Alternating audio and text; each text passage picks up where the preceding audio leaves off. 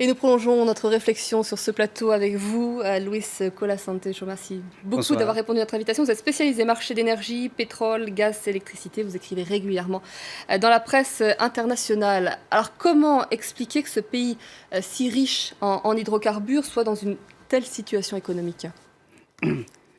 C'est vrai que depuis un mois, les situations se sont compliquées, surtout au moment que la Cour suprême a décidé de prendre la main sur l'Assemblée nationale.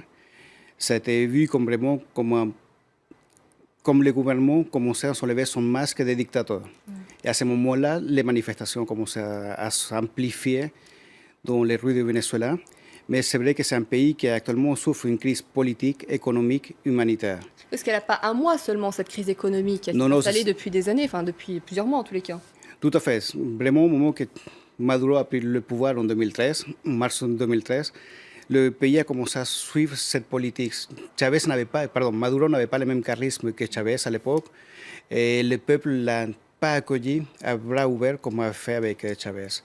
Et le deuxième point, le Venezuela a commencé à suivre une crise économique, pas seulement à travers la baisse du pétrole. Il faut savoir que le pays a un budget à 75% qui vient du secteur pétrolier, mais ce n'est pas à cause des prix du pétrole qui ont commencé à baisser fin 2014, sinon c'est vraiment une mauvaise gestion des ressources naturelles, surtout du pétrole, qui ont fait que le pays soit actuellement dans une crise, avec une hyperinflation que le Fonds monétaire international a dans son rapport il y a une semaine et demie exactement, en disant qu'il y a trois chiffres, soit 720% d'inflation. Et il projette pour 2018 2000% et 2019 3000%.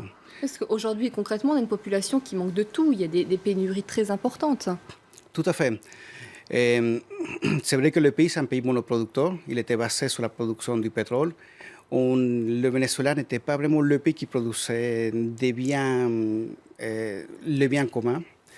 Et à ce moment-là, quand la monnaie s'est commencé à dévaluer, l'hyperinflation est venue, un taux d'échange, parce qu'il n'est pas que seulement un taux d'échange officiel, sinon il y a en total 4 types d'échanges, plus un taux d'échange sur le marché noir, qui amplifiait cette manque. C'est-à-dire actuellement, il y a une pénurie alimentaire, médicale, mais aussi d'essence, carburant. Comme un pays qui a les deuxièmes réserves les plus grandes au monde, peut avoir une pénurie de cette amplitude-là. Oui, c'est pour ça qu'on a du mal à comprendre, en tous les cas, vu de France, hein, vu d'Europe. Nicolas Maduro, lui, accuse l'opposition d'être instrumentalisée par les États-Unis qui voudraient mettre la main sur ce pétrole. Je ne pense pas que ce soit le but.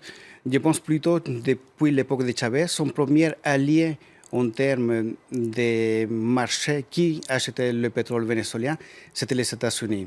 Le Venezuela avait besoin des États-Unis comme, comme un client potentiel et a toujours maintenu une relation ambiguë en disant sur la télé à l'époque que même de Bush est le diable, mais et en même temps, Chavez faisait des négociations pour continuer à vendre son crude, son pétrole aux États-Unis.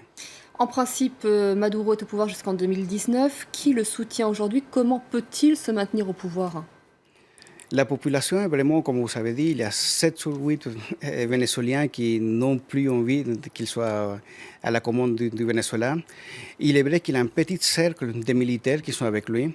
Alors, moi, pour ma part, mon point de vue, c'est vraiment un coup d'État fait par les militaires, il est écarté. Alors, vraiment, il a assez de soutien militaire qui est là, plus une base populaire qui peuvent quand même être avec lui, mais surtout des groupes qu'on appelle des colectivos, des groupes civils fortement armés qui sont à la protection de cette révolution, entre guillemets, bolivarienne. Donc aujourd'hui, vous pensez que les Vénézuéliens n'ont pas la capacité de renverser leur président?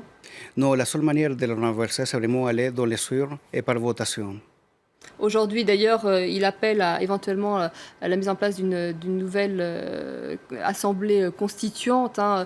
Est-ce que ça, ce ne sont que des jeux qui pourraient de manipulation, qui pourraient convaincre les électeurs ou pas, les Tout à Vénézuéliens fait, ou pas? c'est un bon point que vous évoquez, car chaque fois que le gouvernement avait besoin d'oxygène, il a appelé, entre guillemets, le dialogue.